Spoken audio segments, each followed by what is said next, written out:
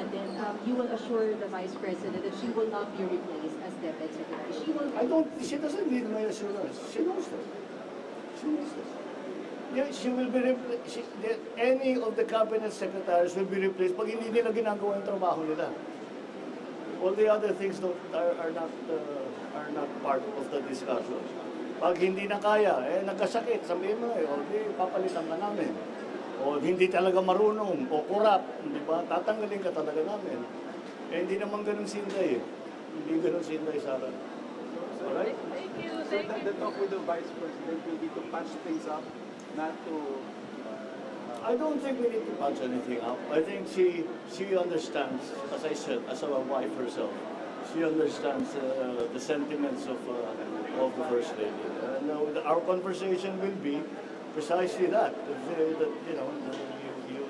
I am sure you understand how she feels because alam ninyo, ang First Lady hindi sanay sa politika yan eh. Kami manhid na kami dyan sa mga insulto, kung ano-ano, personal na insulto, ay policy, lahat. Wala, manhid.